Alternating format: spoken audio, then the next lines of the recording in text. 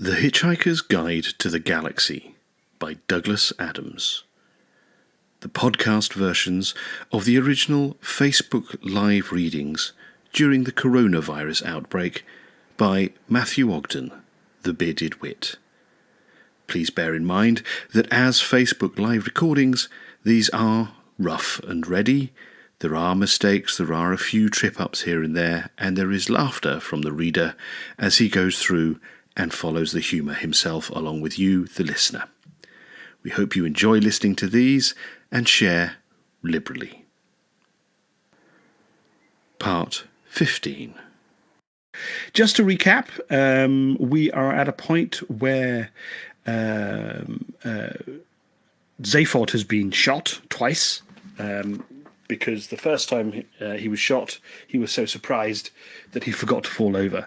But the Krikkit robots are apparently, it seems, doing something. They're scouring the galaxy to put together the elements of the Krikkit, of the Wicket Gate.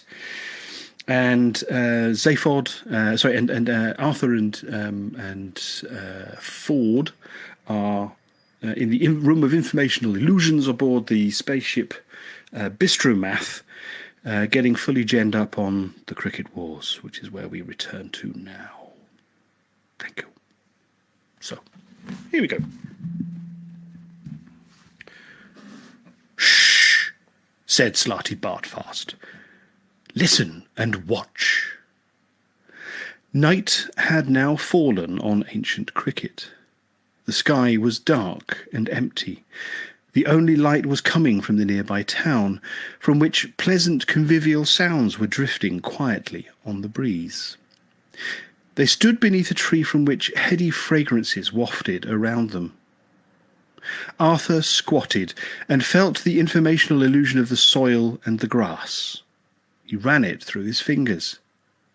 The soil seemed heavy and rich, the grass strong. It was hard to avoid the impression that this was a thoroughly delightful place in all respects. The sky was, however, extremely blank, and seemed to Arthur to cast a certain chill over the otherwise idyllic, if currently invisible, landscape. Still, he supposed, it's a question of what you're used to. He felt a tap on his shoulder and looked up. Slartibartfast was quietly directing his attention to something down the other side of the hill. He looked and could just see some faint lights dancing and waving and moving slowly in their direction.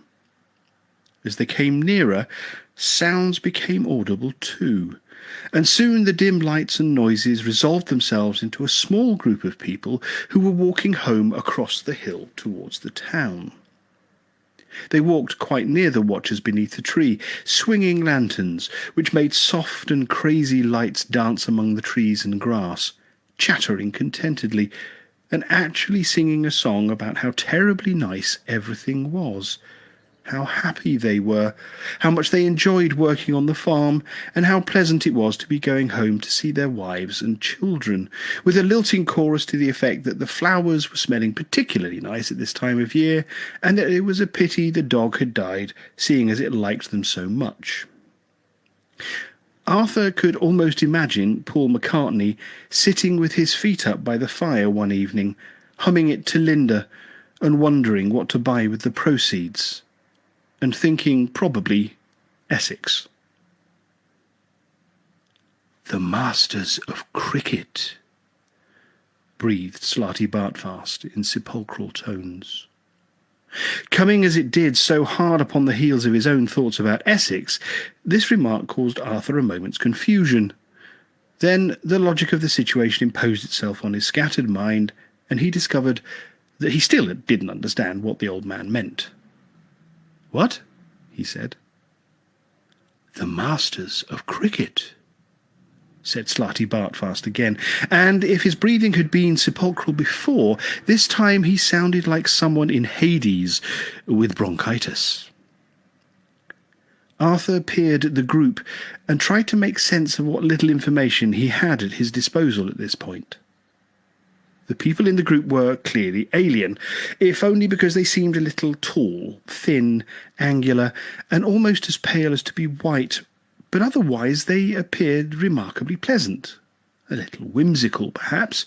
One wouldn't necessarily want to spend a long coach journey with them, but the point was that if they deviated in any way from being good, straightforward people, it was in being perhaps too nice, rather than not nice enough. So why all this rasping lung work from Slartibartfast, which would seem more appropriate to a radio commercial for one of those nasty films about chainsaw operators taking their work home with them? Then, this cricket angle was also a tough one. He hadn't quite fathomed the connection between what he knew as cricket and what... Slartibartfast interrupted his train of thought at this point, as if sensing what was going through his mind.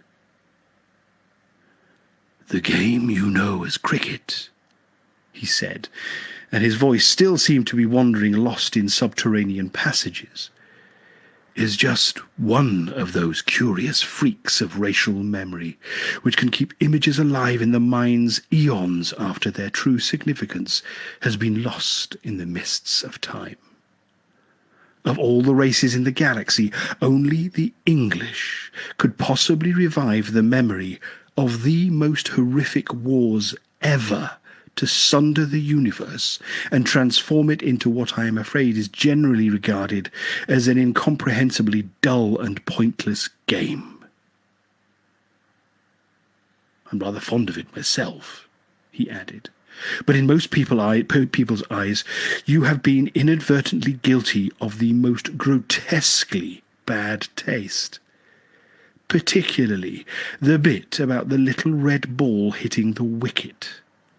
That's very nasty." Said Arthur, with a reflective frown to indicate that his cognitive synapses were coping with this as best they could. "And these," said Slartibartfast, slipping back into crypt guttural and indicating the group of the cricket men who had just walked past them, "these are the ones who started it all. And it will start tonight. Come, we will follow and see why." They slipped out from underneath the tree and followed the cheery party along the dark hill path. Their natural instinct was to tread quietly and stealthily in pursuit of their quarry, though, as they were simply walking through a recorded informational illusion, they could as easily have been wearing euphoniums and woed for all the notice their quarry would have taken of them.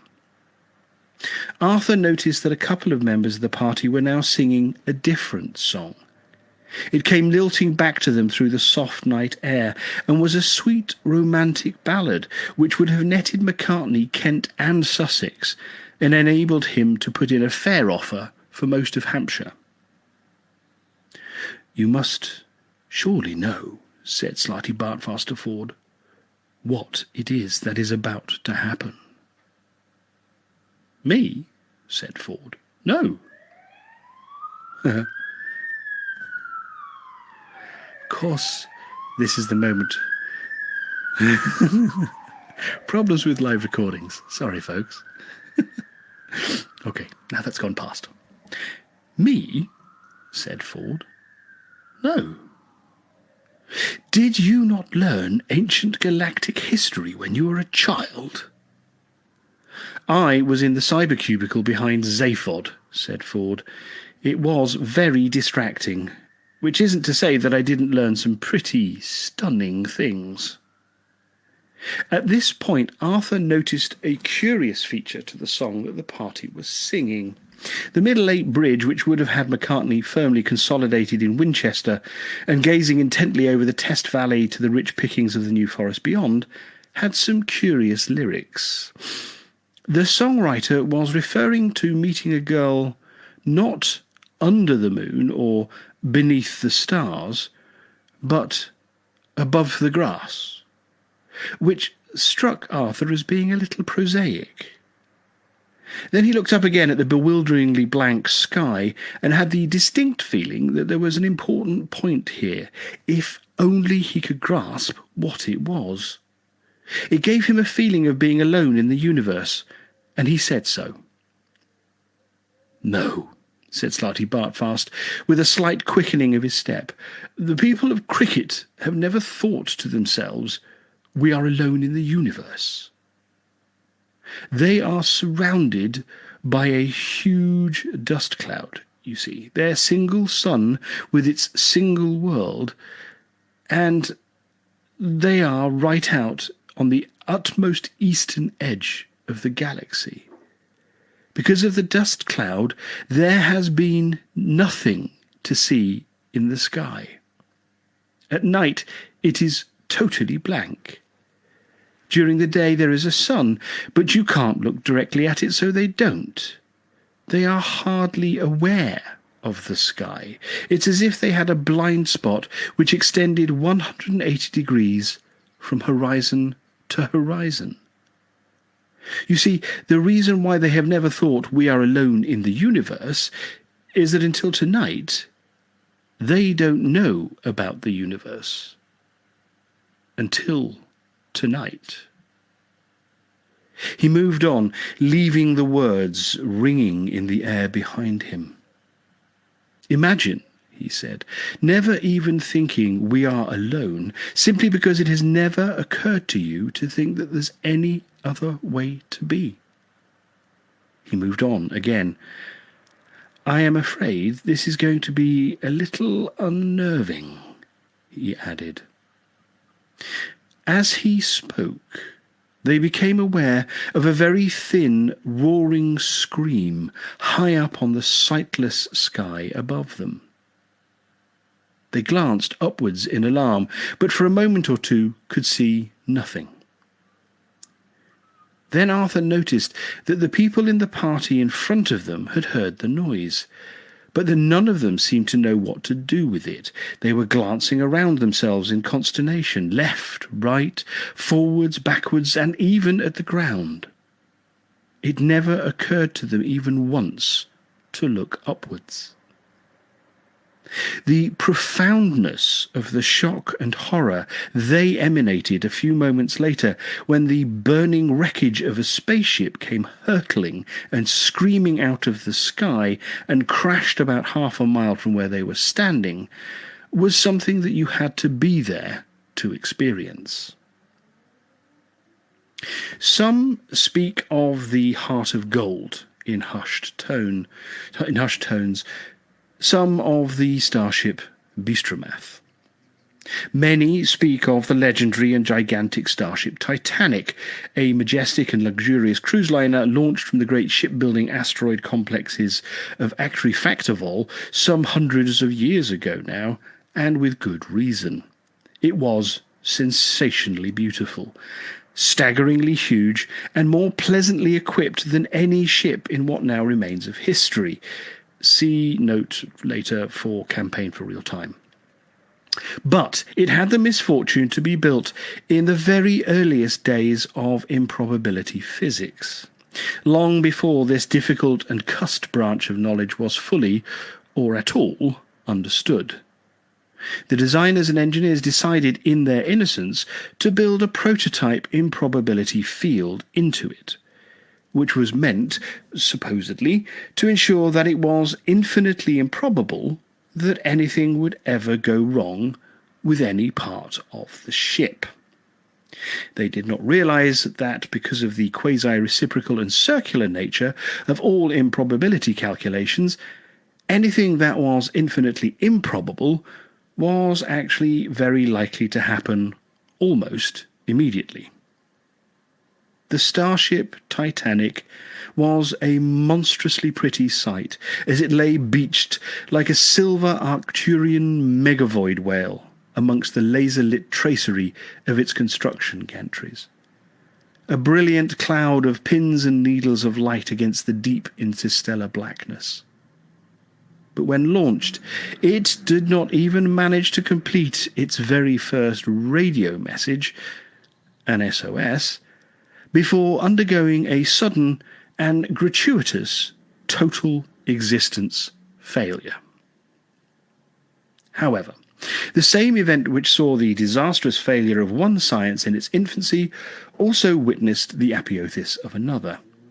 It was conclusively proved that more people watched Tri-D TV coverage of the launch than actually existed at the time, and this has now been recognised as the greatest achievement ever in the science of audience research. Another spectacular media event of that time was the supernova, which the star Isolde's underwent a few hours later. Isolde's is the star around which most of the galaxy's major insurance underwriters live, or rather lived.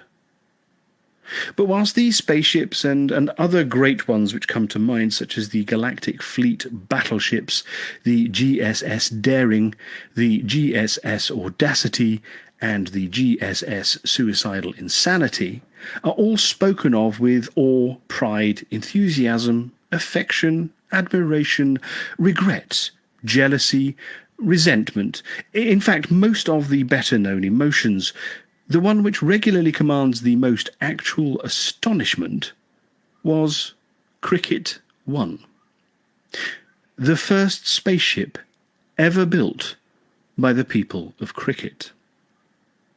This is not because it was a wonderful ship. It wasn't. It was a crazy piece of near junk. It looked as if it had been knocked up in somebody's backyard, and this was in fact precisely where it had been knocked up. The astonishing thing about the ship was not that it was done well, it wasn't, but that it was done at all. The astonishing thing about the ship was the period of time.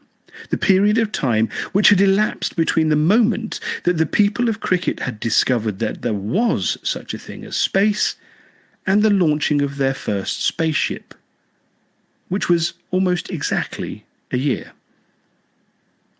Ford Prefect was extremely grateful, as he strapped himself in, that this was just another informational illusion, and that he was therefore completely safe. In real life, it wasn't a ship he would have set foot in for all the rice wine in China. Extremely rickety was one phrase which sprang to mind, and "Please may I get out?" was another. This is going to fly?" said Arthur, giving gaunt looks at the lashed-together pipework and wiring which festooned the cramped interior of the ship. Slartibartfast assured him that it would, that they were perfectly safe, and that it was all going to be extremely instructive and not a little harrowing. Ford and Arthur decided to just relax and be harrowed. "Why not?" said Ford. "Go mad." In front of them, and of course totally unaware of their presence for the very good reason that they weren't actually there, were the three pilots. They had also constructed the ship. They had been on the hill path that night singing wholesome, heart-warming songs.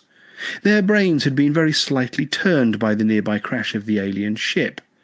They had spent weeks stripping every tiniest last secret out of the wreckage of that burnt spaceship, all the while singing lilting spaceship stripping ditties. They had then built their own spaceship, and this was it. This was their ship, and they were currently singing a little song about that too, expressing the twin joys of achievement and ownership.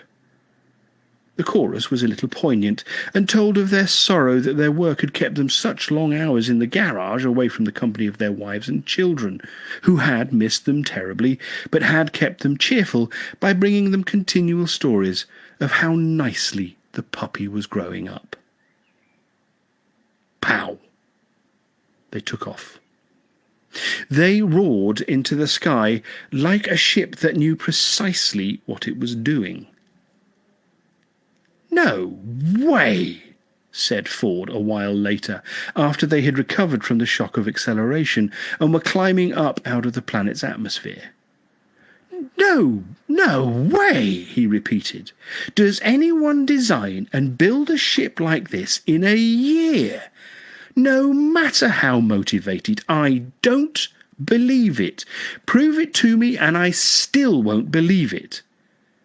He shook his head thoughtfully and gazed out of a tiny port at the nothingness outside it. The trip passed uneventfully for a while, and Slartibartfast fast-wound them through it. Very quickly, therefore, they arrived at the inner perimeter of the hollow spherical dust cloud which surrounded their sun and home planet, occupying, as it were, the next orbit out. It was more as if there was a gradual change in the texture and consistency of space. The darkness seemed now to thrum and ripple past them. It was a very cold darkness, a very blank and heavy darkness. It was the darkness of the night sky of Krikkit. The coldness and heaviness and blankness of it took a slow grip on Arthur's heart, and he felt acutely aware of the feelings of the Krikkit pilots, which hung in the air like a thick static charge. They were now on the very boundary of the historical consciousness of their race. This was the very limit beyond which none of them had ever speculated, or even known that there was any speculation to be done. The darkness of the cloud buffeted at the ship. Inside was the silence of history. Their historic mission was to find out if there was anything or anywhere on the other side of the sky from which the wrecked spaceship could have come. Another world, maybe, strange and incomprehensible, though this thought was to the enclosed minds of those who had lived beneath the empty sky of Krikkit. History was gathering itself to deliver another blow. Still the darkness thrummed at them, the blank enclosing darkness. It seemed closer and closer, thicker and thicker, heavier and heavier. And suddenly it was gone. They flew out of the cloud. They saw the staggering jewels of the night in their infinite dust, and their minds sang with fear. For a while they flew on, motionless against the starry sweep of the galaxy, itself motionless against the infinite sweep of the universe. And then they turned around. The men of Krikkit said, as they headed back for home, "It'll have to go." On the way back, they sang a number of tuneful and reflective songs on the subjects of peace, justice, morality, culture, sport, family life, and the total and complete obliteration of all other life forms. Slurp of tea.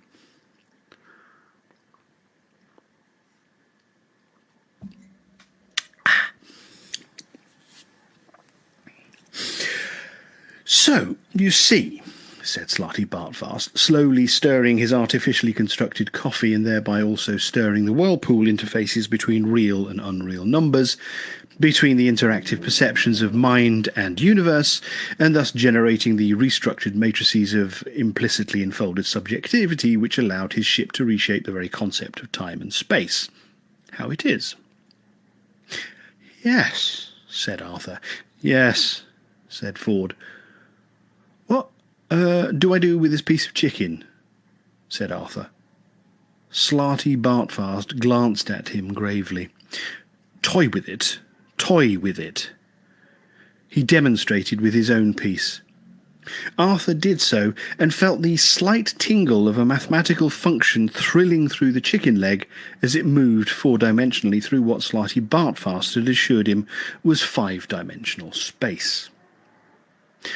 "Overnight," said Slartibartfast, "the whole population of Krikkit was transformed from being charming, delightful, intelligent, if whimsical," interpolated Arthur.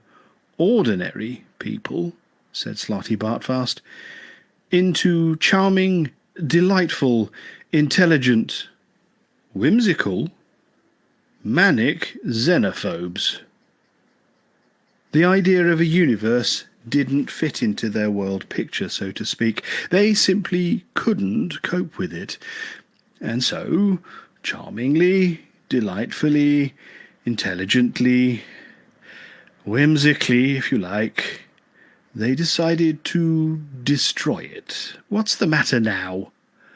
I don't like this wine very much," said Arthur, sniffing it. "Well, send it back. It's all part of the mathematics of it." Arthur did so. He didn't like the topography of the waiter's smile, but he never liked graphs anyway. "Where are we going?" said Ford. "Back to the room of informational illusions," said Slartibartfast, rising and patting his mouth with the mathematical representation of a paper napkin, "for the second half."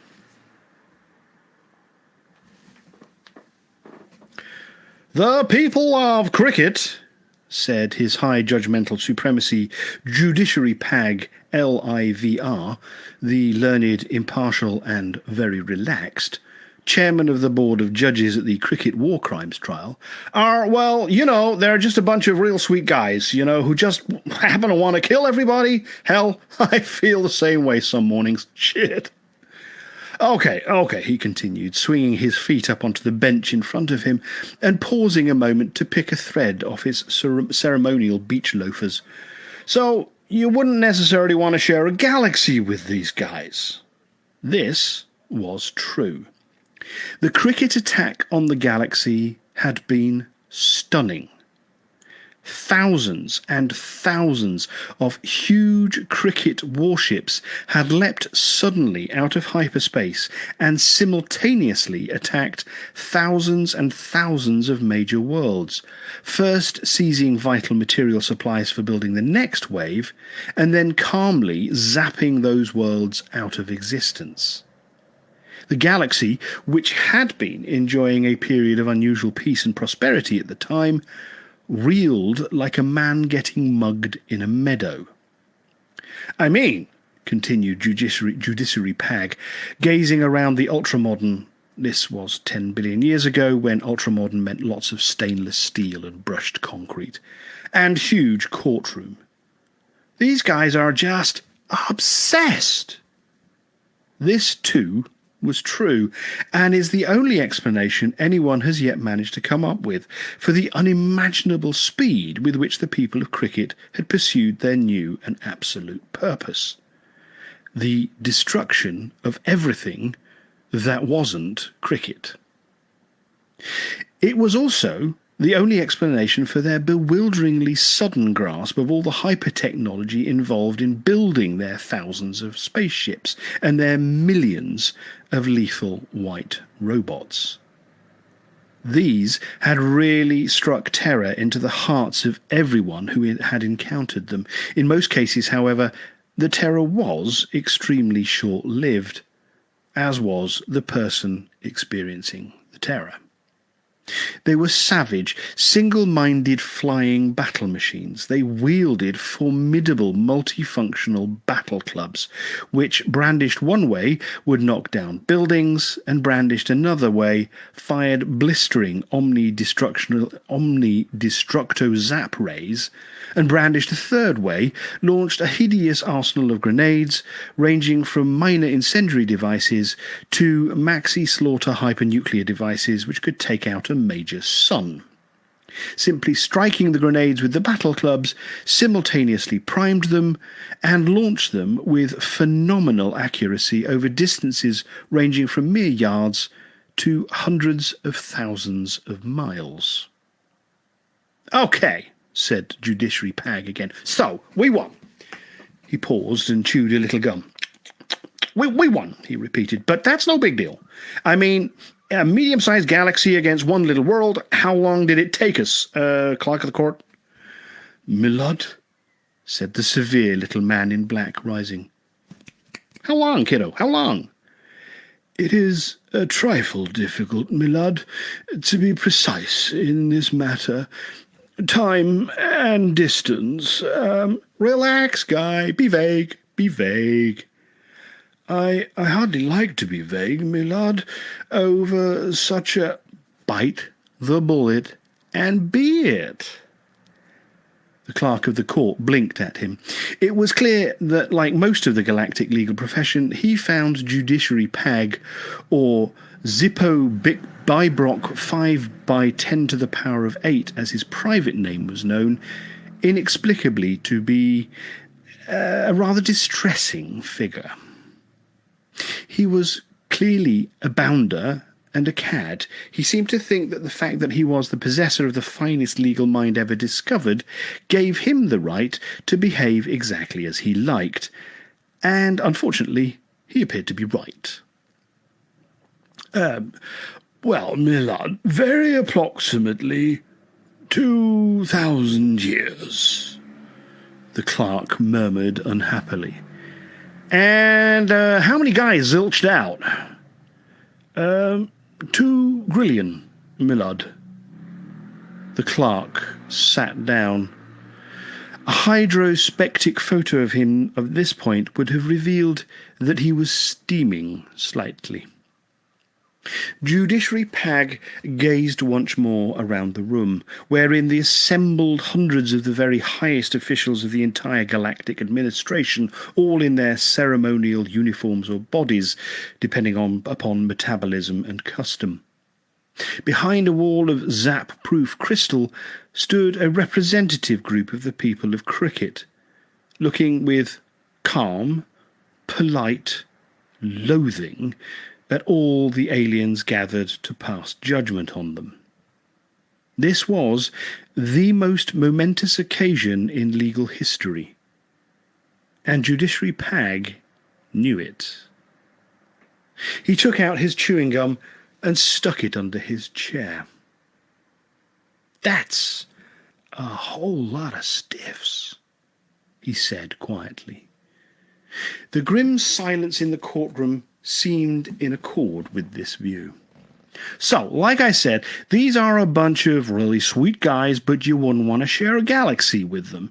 Not if they're just going to keep at it. Not if they're not going to learn to just relax a little. I mean, it's just going to be continual nervous time, isn't it, right? I mean, pow, pow, pow, pow. Hey, when are the next coming at us? Peaceful coexistence is just right out, right? Get me some water, somebody, thank you."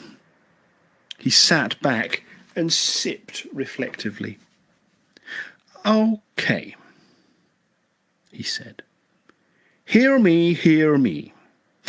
It's like these guys, are entitled to their own view of the universe, and according to their view, which the universe forced on them, right, they did right.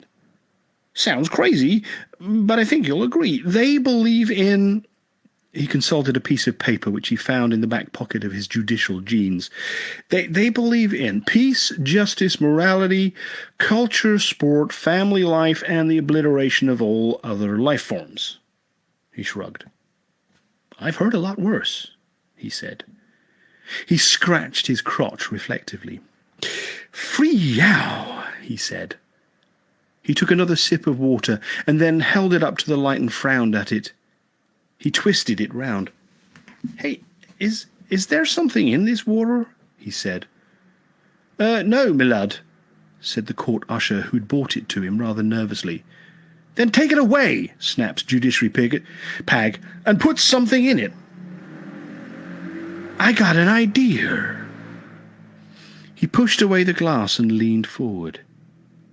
"Hear me, he said. The solution was brilliant and went like this. The planet of Krikkit was to be encased for perpetuity in an envelope of slow time, in which life would continue almost infinitely slowly. All light would be deflected around the envelope so that it would remain invisible and impenetrable. Escape from the envelope would be utterly impossible unless it were unlocked from the outside. When the rest of the universe came to its final end, when the whole of creation reached its dying fall, this was all, of course, in the days before it was known that the end of the universe would be a spectacular catering venture, and life and matter ceased to exist. Then the planet of Krikkit and its sun would emerge from its slow-time envelope and continue a solitary existence, such as it craved, in the twilight of the universal void. The lock would be on an asteroid which would slowly orbit the envelope, and the key would be the symbol of the galaxy, the Wicket Gate.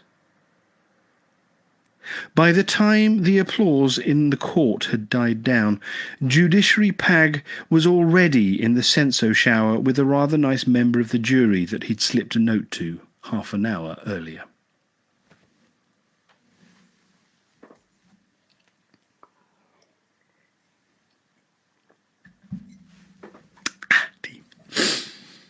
Two months later, Zippo Bybrock 5 times 10 to the power of 8 had cut the bottoms off his galactic state jeans and was spending part of the enormous fee of his judgments commanded lying on a jewelled beach, having essence of coalactin rubbed into his back by the same rather nice member of the jury.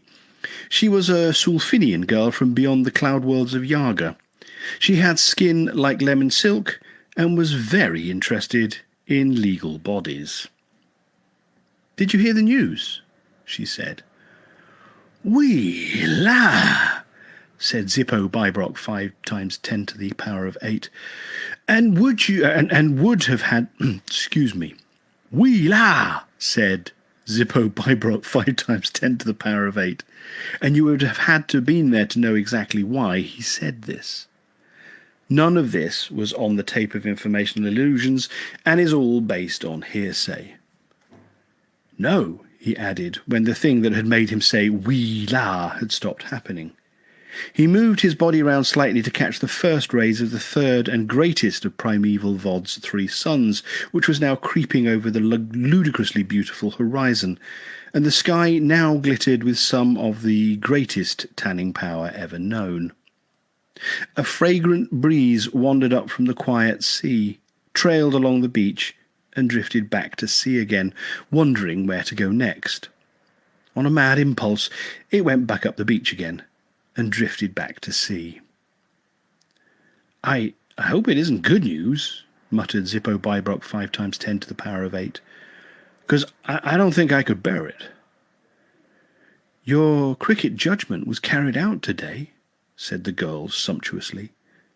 There was no need to say such a straightforward thing sumptuously, but she went ahead and did it anyway because it was that sort of a day. "I heard it on the radio," she said, "when I went back to the ship for the oil." "Oh, murmured Zippo and rested his head back on the jewelled sand. "Something happened," she said. "Just after the slow-time envelope was locked," she said, and paused for a moment from rubbing in the essence of qualactin. "A Krikkit warship which had been missing, presumed destroyed, turned out to be just missing after all. It appeared and tried to seize the key." Zippo sat up sharply. "Hey, what?" he said. "It's all right," she said in a voice which would have calmed the Big Bang down. "Apparently there was a short battle. The key and the warship were disintegrated and blasted into the space-time continuum. Apparently they are lost forever." She smiled and ran a little more essence of qualactin onto her fingertips. He relaxed and lay back down. "Do what you did a moment or two ago," he murmured. "That?" she said. No, he said. "That." She tried again. "That?" she said. "Wee-la!" Again. You had to be there. The fragrant breeze drifted up from the sea again. A magician wandered along the beach, but no one needed him. "Nothing is lost forever," said Slartibartfast, his face flickering redly in the light of the candle which the robot waiter was trying to take away, "except for the Cathedral of Chalism." "The what?" said Arthur with a start. "The Cathedral of Chalism," repeated Slartibartfast. "It was during the course of my researches at the Campaign for Real Time that I—" "The what?" said Arthur again.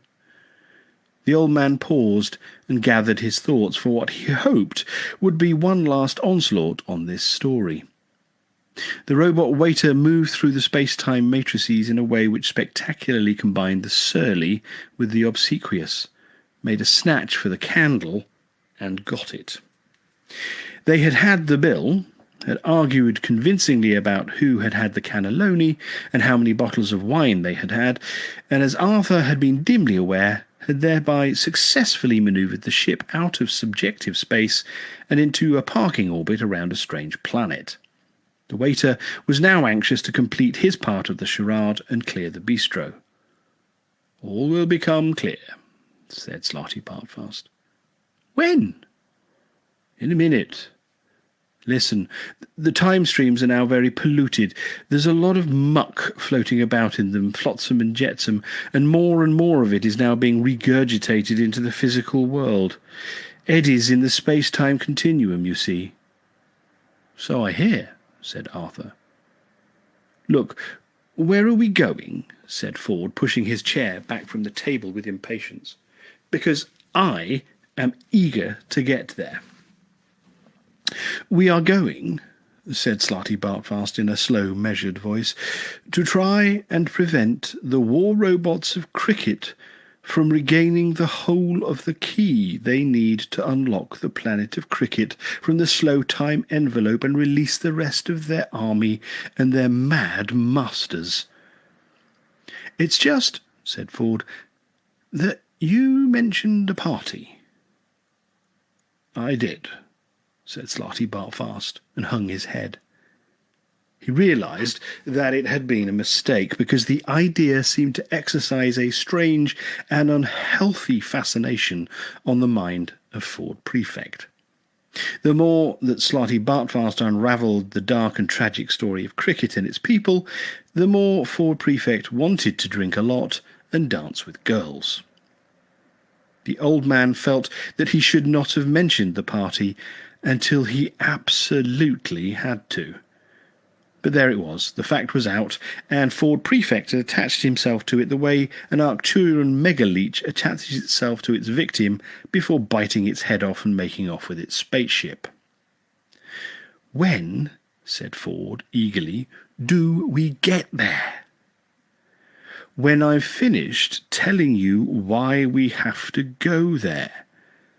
"I know why I'm going," said Ford, and leaned back, sticking his hands behind his head. He gave one of his smiles which made people twitch. Slartibartfast had hoped for an easy retirement. He had been planning to learn to play the octavental hebephone, a pleasantly futile task he knew, because he had completely the wrong number of mouths. He had also been planning to write an eccentric and relentlessly inaccurate monograph on the subject of equatorial fjords in order to set the record wrong about one or two matters he saw as important. Instead, he had somehow got talked into doing some part-time work for the Campaign for Real Time, and had started to take it all seriously for the first time in his life. As a result, he now found himself spending his fast declining years combating evil and trying to save the galaxy.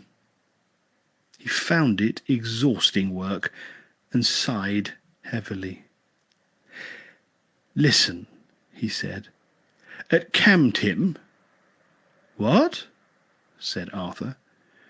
"The campaign for real time, which I will tell you about later. I noticed that 5 pieces of jetsam which had in relatively recent times plopped back into existence seemed to correspond to the 5 pieces of the missing key. Only 2 I could trace exactly: the wooden pillar which appeared on your planet and the silver bale. It seems to be at some sort of party. We must go there to retrieve it before the Krikkit robots find it, or who knows what will happen." "No," said Ford firmly. "We must go to the party in order to drink a lot and dance with girls." "But haven't you understood everything "Yes," said Ford firmly.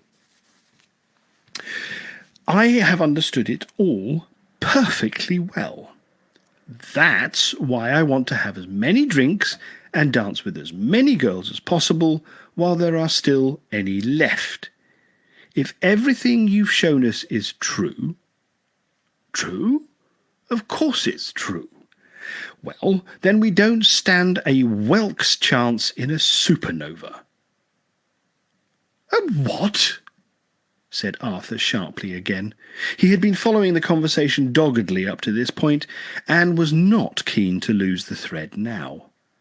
"A whelk's chance in a supernova," repeated Ford without losing momentum. "What's a whelk got to do with a supernova?" said Arthur. "It doesn't," said Ford levelly, "stand a chance in one." He paused to see if the matter was now cleared up. The freshly puzzled looks clambering across Arthur's face told him that it wasn't. "A supernova," said Ford, as quickly and clearly as he could, "is a star which explodes at almost half the speed of light and burns with the brightness of 1 billion suns and then collapses as a super-heavy neutron star. It's a star which burns up other stars. Got it? Nothing stands a chance in a supernova." "I see," said Arthur. So why a whelk particularly?" "Why not a whelk? It doesn't matter." Arthur accepted this, and Ford continued, picking up his early fierce momentum as best he could. "The point is," he said, "that people like you and me, Slartibartfast, and Arthur, particularly and especially Arthur, are just dilettantes, eccentrics, layabouts, fart-arounds, if you like." Slartibartfast frowned, partly in puzzlement and partly in umbrage. He started to speak, is as far as he got. "We're not obsessed by anything, you see," insisted Ford. "And that's the deciding factor. We can't win against obsession. They care, we don't, they win." "I care about lots of things," said Slartibartfast, his voice trembling partly with annoyance but partly also with uncertainty. "Such as?" "Well, said the old man, "life, the universe, everything, fjords." "Would you die for them?" "Fjords?" blinked Slartibartfast in surprise. "No." "Well then, wouldn't see the point, to be honest." "And I still can't see the connection," said Arthur, "with whelks." Ford could feel the conversation slipping out of his control and refused to be sidetracked by anything at this point. "The point is," he hissed, "that we are not obsessive people, and we don't stand a chance against—" "Except for your sudden obsession with whelks," pursued Arthur, "which I still haven't understood. Will you please leave the bloody whelks out of it?" "I will if you will," said Arthur. "You brought the subject up." "It was an error," said Ford. "Forget the point The point is this. He leant forward and rested his forehead on the tips of his fingers. What was I talking about? He said wearily. Let's just go down to the party, said Slartibartfast, for whatever reason. He stood up, shaking his head. I think that was what I was trying to say, said Ford. For some unexplained reason, the teleport cubicles upon the Starship Bistromath were in the bathroom. Quick slurp of water.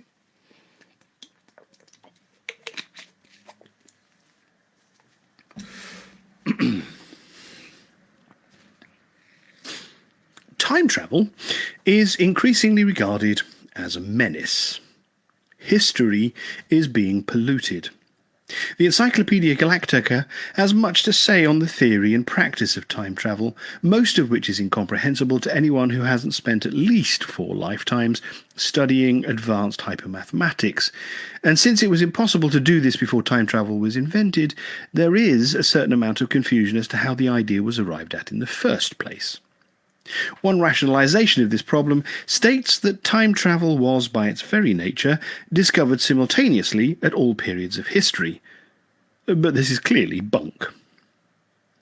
The trouble is that a lot of history is now quite clearly bunk as well. Here is an example. It may not seem to be an important one to some people, but to others it is crucial. It is certainly significant in that it is this single event which caused the campaign for real time to be set up in the first place. Or is it last? It depends which way round you see history is happening, and this too is now an increasingly vexed question. There is, or was, a poet. His name was Lalafer, and he wrote what are widely regarded throughout the galaxy as being the finest poems in existence, the Songs of the Long Land. They are/were unspeakably wonderful. That is to say, you couldn't speak very much of them at once without being so overcome with emotion, truth, and a sense of the wholeness and oneness of things that you wouldn't pretty soon need a brisk walk around the block, possibly pausing at a bar on the way back for a quick glass of perspective and soda. They were that good. Lalafer had lived in the forests of the long lands of Effa. He lived there, and he wrote his poems there. He wrote them on pages made of dried habra leaves, without the benefit of education or correcting fluid. He wrote about the light in the forest and what he thought about that. He wrote about the darkness in the forest and what he thought about that. He wrote about the girl who had left him and precisely what he thought about that.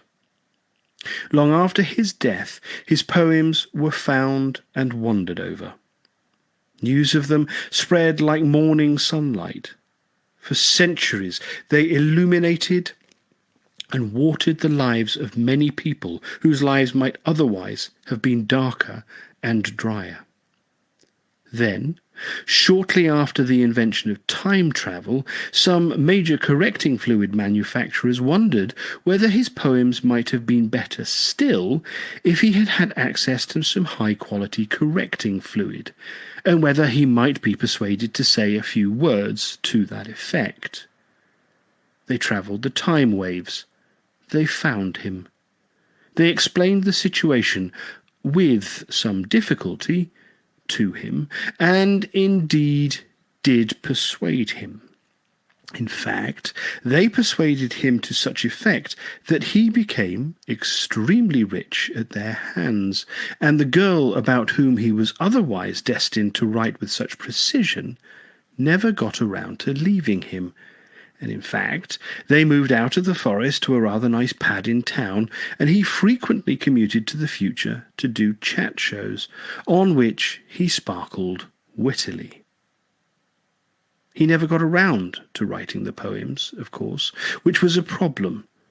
but an easily solved one. The manufacturers of correcting fluid simply packed him off for a week somewhere with a copy of a later edition of his book and a stack of dried Habra leaves to copy them out onto, making the odd deliberate mistake and correction along the way. Many people now say that the poems are suddenly worthless. Others argue that they are exactly the same as they always were, so what's changed? The first people say that that isn't the point. They aren't quite certain what the point is, but they are quite sure that that isn't it. They set up the campaign for real time to try and stop this sort of thing going on. Their case was considerably strengthened by the fact that a week after they set themselves up, news broke that not only had the great Cathedral of Chalism been pulled down in order to build a new ion for a refinery, but the construction of the refinery had taken so long and had had to extend so far back into the past to allow ion production to start on time, that the Cathedral of Chalism had now never been built in the first place. Picture postcards of the cathedral suddenly became immensely valuable. So, a lot of history is now gone forever. The campaign for real-timers claimed that just as easy travel eroded the differences between one country and another, and between one world and another, so time travel is now eroding the differences between one age and another. The past, they say, is now truly like a foreign country. They do things exactly the same there.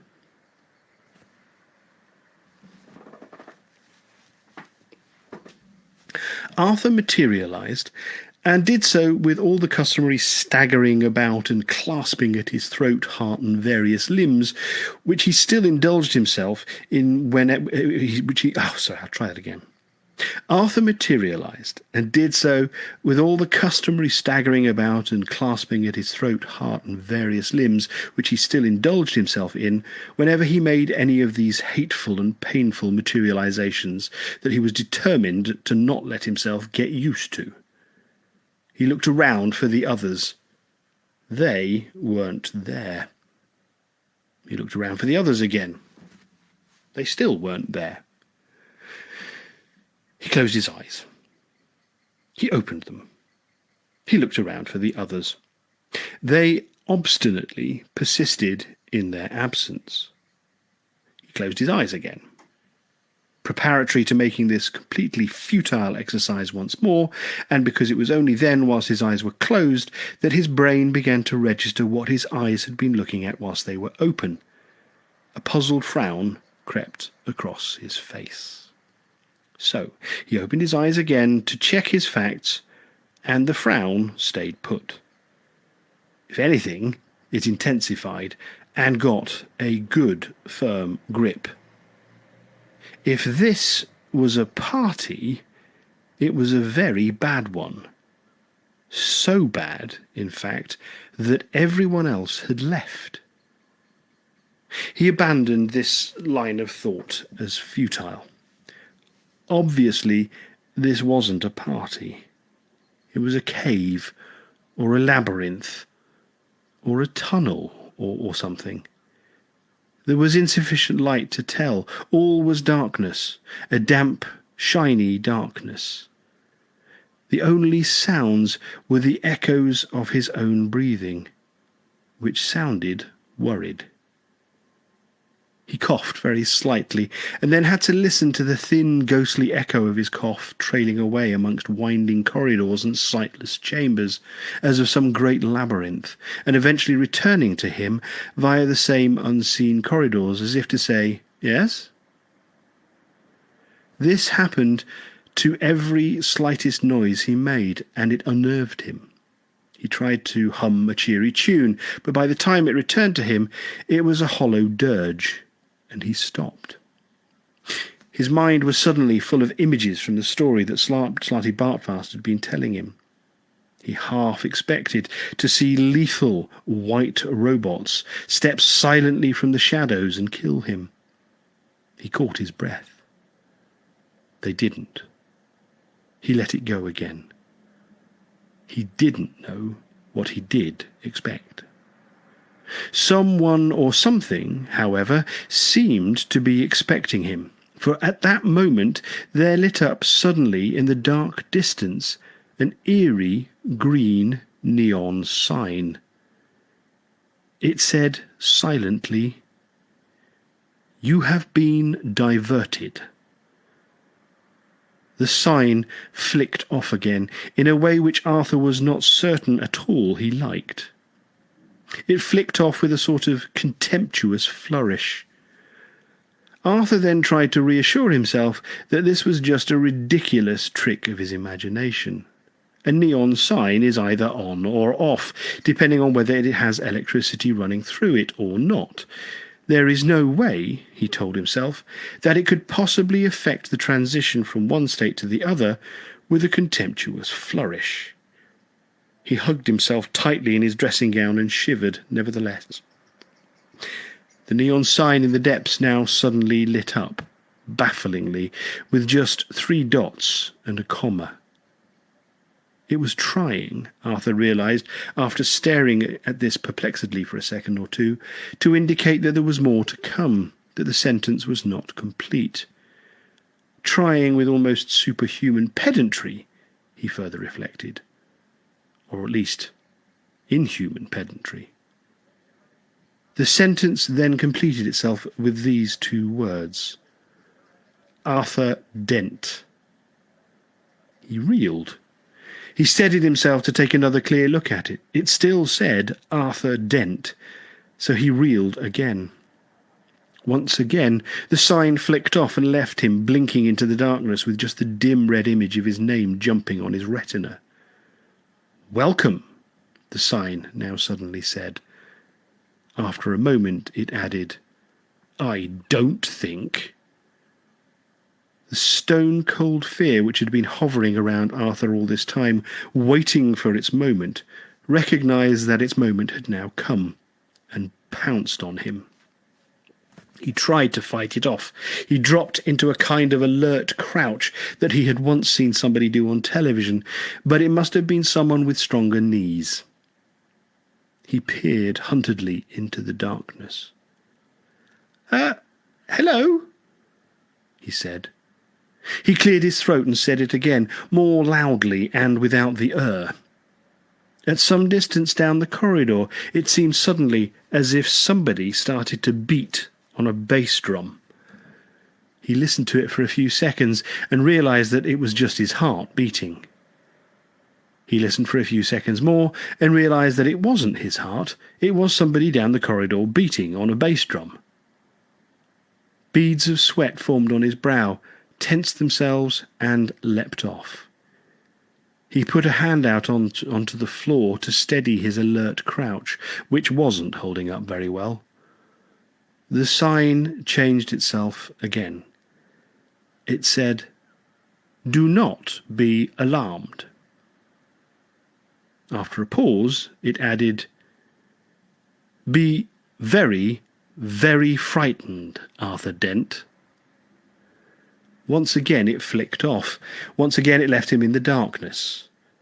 His eyes seemed to be popping out of his head. He wasn't certain if this was because they were trying to see more clearly or if they simply wanted to leave at this point.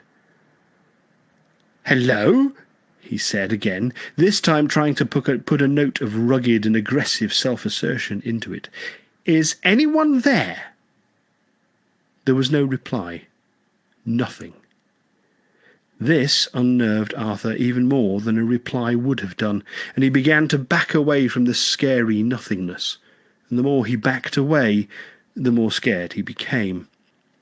After a while, he realised that the reason for this was because of all the films he'd seen in which the hero backs further and further away from some imagined terror in front of him, only to bump into it coming up from behind.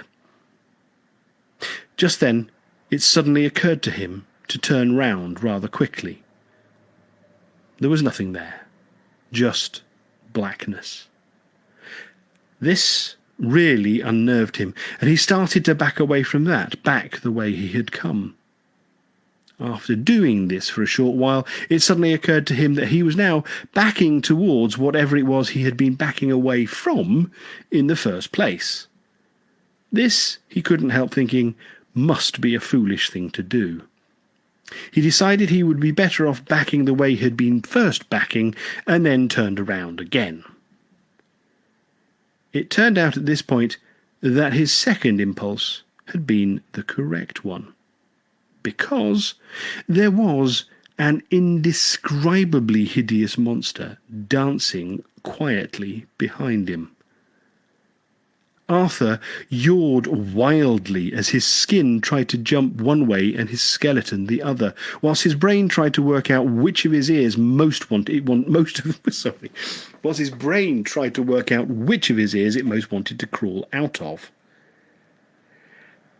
"Bet you weren't expecting to see me again," said the monster, which Arthur couldn't help thinking was a strange remark for it to make, seeing as he had never met the creature before. He could tell that he hadn't met the creature before from the simple fact that up to now he was able to sleep at nights. It was... Arthur blinked at it.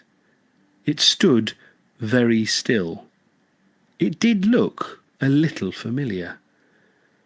A terrible cold calm came over him as he realized that what he was looking at was a 6-foot-high hologram of a housefly. He wondered why anybody would be showing him a 6-foot-high hologram of a housefly at this time. He wondered whose voice he had heard. It was a terribly realistic hologram. It vanished. "Or perhaps you remember me better," said the voice suddenly, and it was a deep, hollow, malevolent voice, which sounded like molten tar glurping out of a drum with evil on his mind. "As the rabbit." With a sudden ping, there was a rabbit there in the black labyrinth with him, a huge, monstrously, hideously soft and lovable rabbit, an image again, but one on which every single soft and lovable hair seemed like a real and single thing growing in its soft and lovable coat. Arthur was startled to see his own reflection in its soft and lovable, unblinking, and extremely huge brown eye. "Born in darkness," rumbled the voice, "raised in darkness. One morning I poked my head for the first time into the bright new world, and got it split open by what felt suspiciously like some primitive instrument made of flint. Made by you, Arthur Dent, and wielded by you, rather hard as I recall. You turned my skin into a bag for keeping interesting stones in. I happen to know that because in my next life I came back as a fly again, and you swatted me again. Only this time you swatted me with the bag you'd made of my previous skin. Arthur Dent, you are not merely a cruel and heartless man, you are also staggeringly tactless." The voice paused while Arthur gawped. "I see you have lost the bag," said the voice. "Probably got bored with it, did you?" Arthur shook his head helplessly.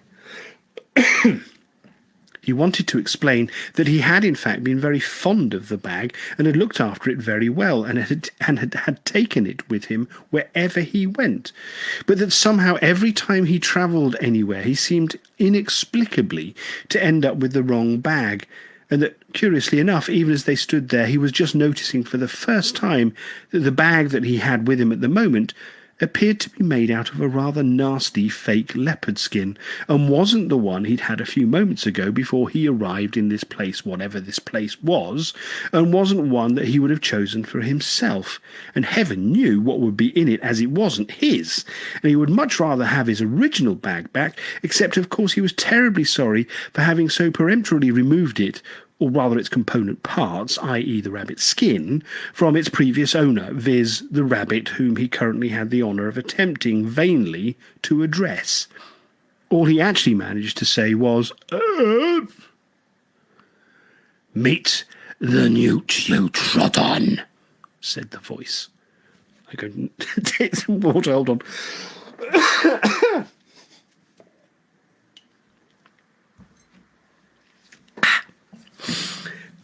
"Meet the newt you trod on," said the voice. And there was, standing in the corridor with Arthur, a giant, green, scaly newt. Arthur turned, yelped and leapt backwards, and found himself standing in the middle of the rabbit. He yelped again, but could find nowhere to leap to. "That was me too," continued the voice in a low, menacing rumble, "as if you didn't know." "No?" said Arthur with a start. "No?" "An interesting thing about reincarnation," rasped the voice, "is that most people, most spirits, are not aware that it's happening to them." He paused for effect.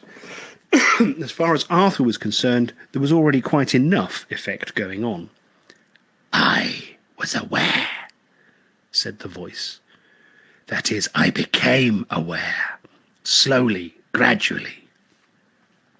He, whoever he was, paused again and gathered breath. "I could hardly help it, could I?" he bellowed, "when the same thing kept happening, over and over and over again. Every life I ever lived, I got killed by Arthur Dent. Any world, anybody, any time. I'm just getting settled down, along comes Arthur Dent, and pow, he kills me. Hard not to notice. Bit of a memory jogger, bit of a pointer, bit of a bloody giveaway. That's funny, my spirit would say to itself as it winged its way back to the netherworld after another fruitless, dent-ended venture into the land of the living. That man who just ran over me as I was hopping across the road to my favourite pond looked a little familiar. Gradually I got to piece it together, Dent. You multiple me murderer. Sorry. The echoes of his voice roared up and down the corridors. Arthur stood silent and cold, his head shaking with disbelief. Here's the moment, Dent, shrieked the voice. Now, oh God, reaching a feverish pitch of hatred. Here's the moment when at last I knew. It was indescribably hideous. The thing that suddenly opened up in front of Arthur, making him gasp and gargle with horror. But here's an attempt at a description of how hideous it was. It was a huge, palpitating, wet cave with a vast, slimy, rough, whale-like creature rolling around it and sliding over monstrous white tombstones. High above the cave rose a vast promontory in which could be seen the dark recesses of two fearful other caves, which Arthur Dent suddenly realised that what he was looking at was his own mouth, when his attention was meant to be directed at the live oyster that was being tipped helplessly into it. He staggered back with a cry and averted his eyes. When he looked again, the appalling apparition had gone. The corridor was dark and, briefly, silent. He was alone with his thoughts. They were extremely unpleasant thoughts, and would rather have had a chaperone. The next noise, when it came, was the low, heavy roll of a large section of wall trundling aside, revealing, for the moment, just dark blankness behind it. Arthur looked into it in much the same way that a mouse looks into a dark dog kennel. And the voice spoke to him again. Tell me it was a coincidence, Dent, it said. I dare you to tell me it was a coincidence. It was a coincidence, said Arthur quickly. It was not, came the answering bellow. It was, said Arthur. It was. If it was a coincidence, then my name, roared the voice, is not Agrajag. Presumably, said Arthur, you would claim that it was your name. Yes, hissed Agrajag, as if he had just completed a rather deft syllogism. Well, I'm afraid it was still a coincidence, said Arthur. Come here and say that, howled the voice in sudden apoplexy again. Arthur walked in and said that it was a coincidence. Or at least he nearly said that it was a coincidence. His tongue rather lost its footing towards the end of the last word because the lights came up and revealed what it was he had walked into. It was a cathedral of hate. It was the product of a mind that was not merely twisted, but actually sprained. It was huge. It was horrific. It had a statue in it. We will come to the statue in a moment. The vast, incomprehensibly vast chamber looked as if it had been carved out of the inside of a mountain, and the reason for this was that it was precisely what it had been carved out of. It seemed to Arthur to spin sickeningly round his head as he stood and gaped at it. It was black.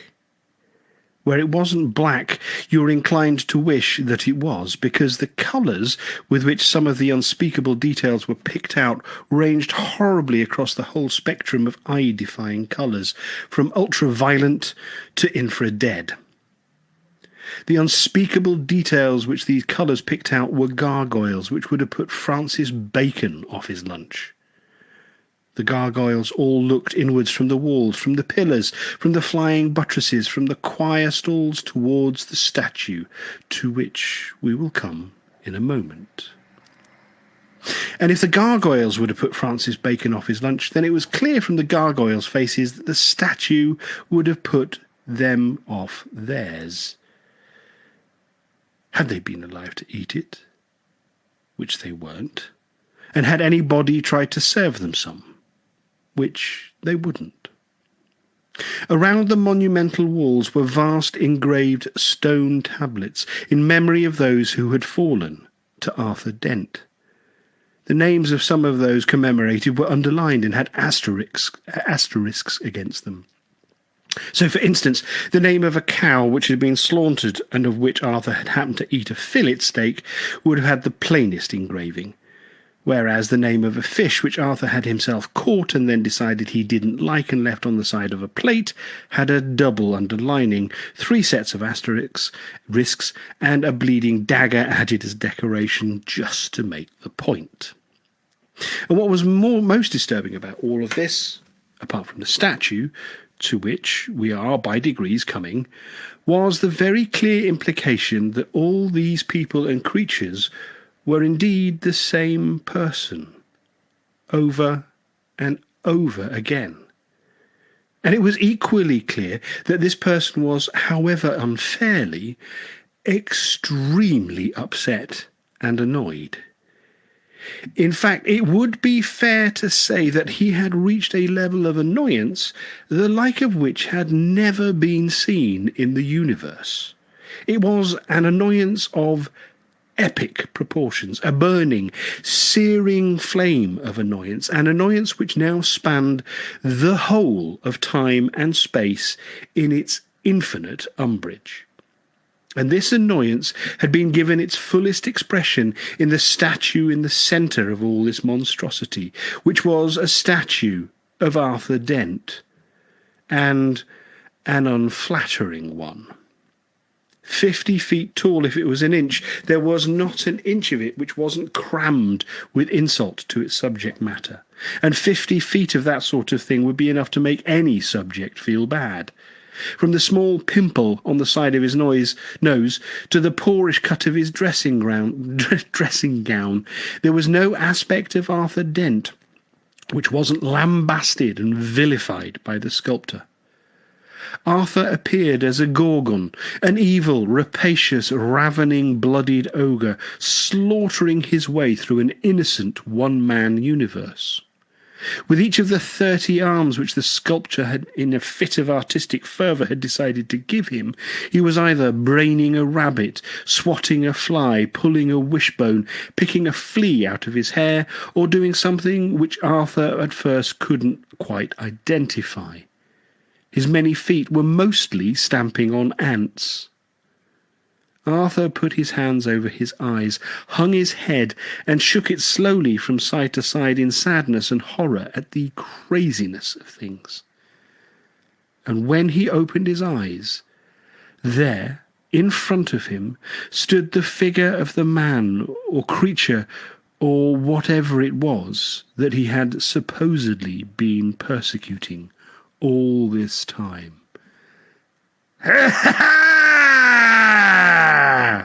Said Agrajag. He, or it, or whatever, looked like a mad, fat bat. It waddled slowly around Arthur and poked at him with bent claws. "Look," protested Arthur. "Ha ha!" explained Agrajag. And Arthur reluctantly accepted this on the grounds that he was rather frightened by this hideous and strangely wrecked apparition. Agrajag was black, bloated, wrinkled, and leathery. His bat wings were somehow more frightening for being the pathetic, broken, floundering things they were than if they had been strong, muscular beaters of the air. The frightening thing was probably the tenacity of his continued existence against all the physical odds. He had the most astounding collection of teeth.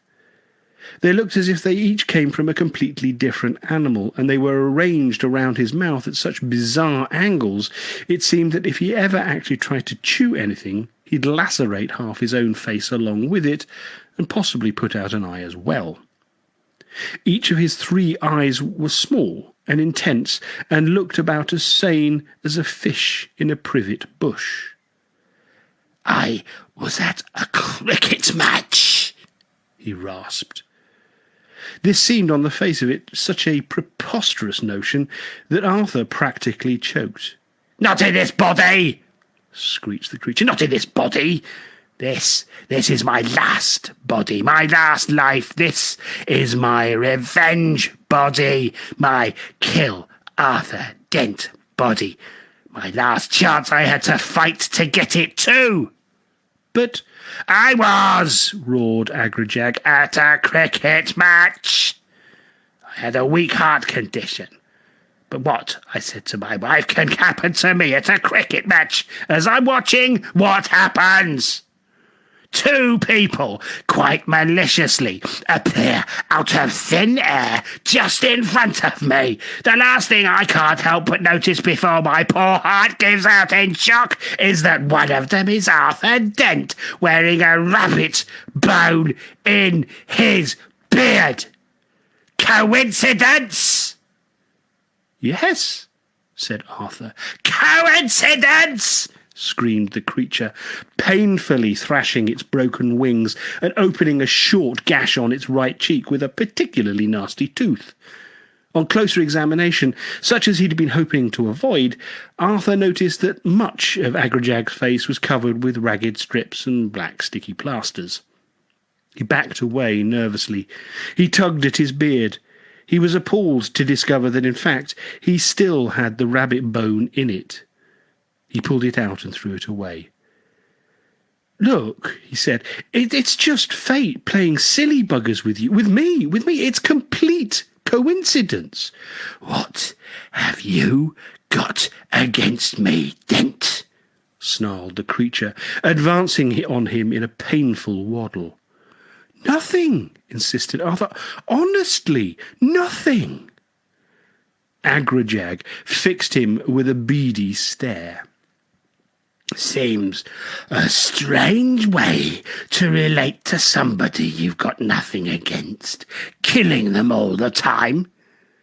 Very curious piece of social interaction, I would call that. I'd also call it a lie. But look, said Arthur, I'm very sorry. There's been a terrible misunderstanding. I've got to go. Have you got a clock? I'm meant to be helping save the universe. He backed away still further. Agrajag advanced still further. At one point, he hissed, at one point, I decided to give up. Yes, I would not come back. I would stay in the netherworld. And what happened? Arthur indicated with random shakes of his head that he had no idea and didn't want to have one either. He found that he had backed up against the cold, dark stone that had been carved by who knew what Herculean effort into a monstrous travesty of his bedroom slippers. He glanced up at his own horrendously parodied image towering above him. He was still puzzled as to what one of his hands was meant to be doing. I got yanked involuntarily back into the physical world, pursued Agrajag, as a bunch of petunias. In, I might add, a bowl.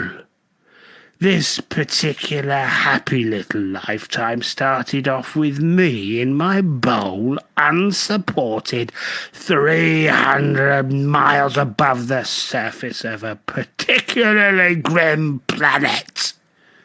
Not a naturally tenable position for a bowl of petunias, you might think. You'd be right. That life ended a very short while later, 300 miles lower. In, I might again add, the fresh wreckage of a whale, my spirit brother. He leered at Arthur with renewed hatred. On the way down, he hissed, I couldn't help noticing a flashy-looking white spaceship. Looking out of a port on this flashy-looking spaceship was a smug-looking Arthur Dent. Coincidence? Yes, yelped Arthur. He glanced up again and realised that the arm that had puzzled him was represented as wantonly calling into existence a bowl of doomed petunias. This was not a concept which leapt easily to the eye. I must go, insisted Arthur. You may go, said Agrajag, after I have killed you. No, that won't be any use, explained Arthur, beginning to climb up the hard stone incline of his carved slipper. Because I have to save the universe, you see. I have to find a silver bale. That's the point. Tricky thing to do, dead. Save the universe, spat Agrajag with contempt. You should have thought of that before you started your vendetta against me. What about the time you were on Stavromula Beta and someone... I've never been there, said Arthur. Tried to assassinate you, and you ducked. Who do you think the bullet bit? What did you say? Never been there, repeated Arthur. What are you talking about? I have to go. Agrajag stopped in his tracks. You must have been there. You were responsible for my death there, as everywhere else. An innocent bystander, he quivered. I've never even heard of the place, insisted Arthur. I've certainly never had anyone try to assassinate me, other than you. Perhaps I go there later, do you think? Agrajag blinked slowly, in a kind of frozen, logical horror. You haven't been to Stavromula Beta yet?